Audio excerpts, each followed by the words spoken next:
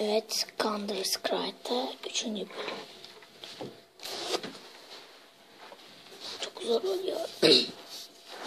Tek kişi çekmek. Bir çekip bir oynamak. Sallanabilir. Kusura bakmayın. Tek kişi. Mustafa gelmedi.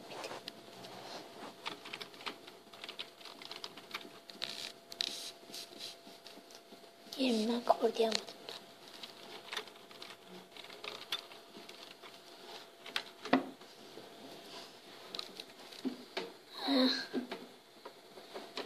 Pardon. Oh.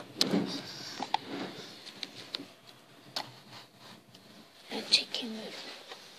Videoyu çekmesem, yayınlamasam diye.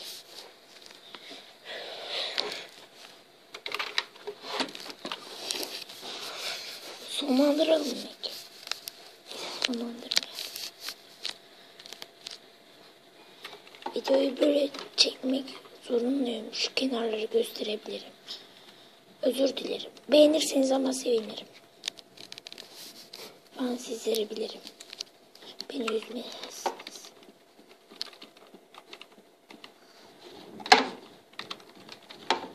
Ama yanımdan geçti. Beni görmedi. Ben öldüm. Zorlanıyorum. Hem çekip hem o yüzden ölürüm. Kötü oynuyor falan da demeyin. Böyle güzel mi? Bence de güzel. Şu an tek tutup çekiyorum. Ayaklarımın ikisini birleştiriyorum. Arasına tableti koyuyorum. Ve oluyorum. Yalanım yok. Şu an benim ayağım ağrıdı. İyi mi?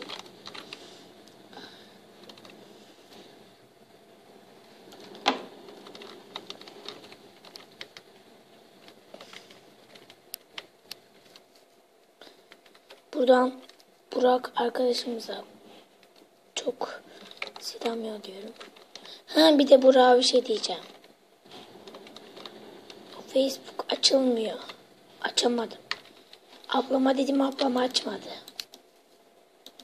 Adresimiz çünkü zor olabilir. Başka bir gün açarız. Olur mu? Burak'a da çok selamlar.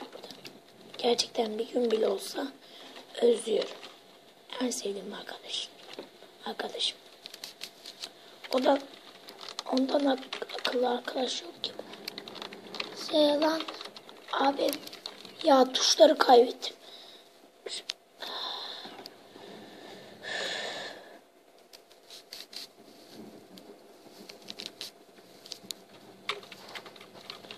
Böyle iyi mi ki?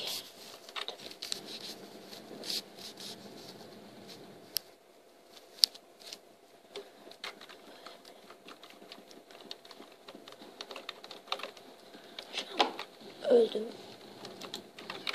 Anne ki.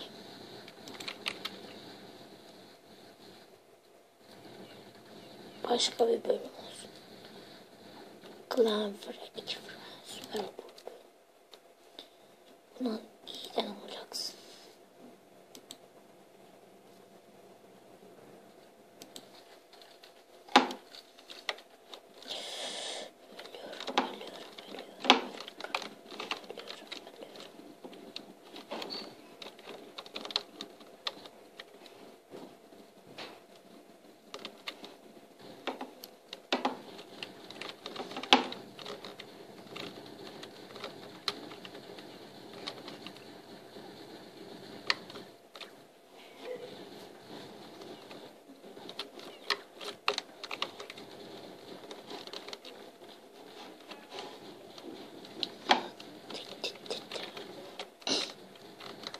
Ha bir de Burak'a da selamlar. Bir de size bir mesajım var.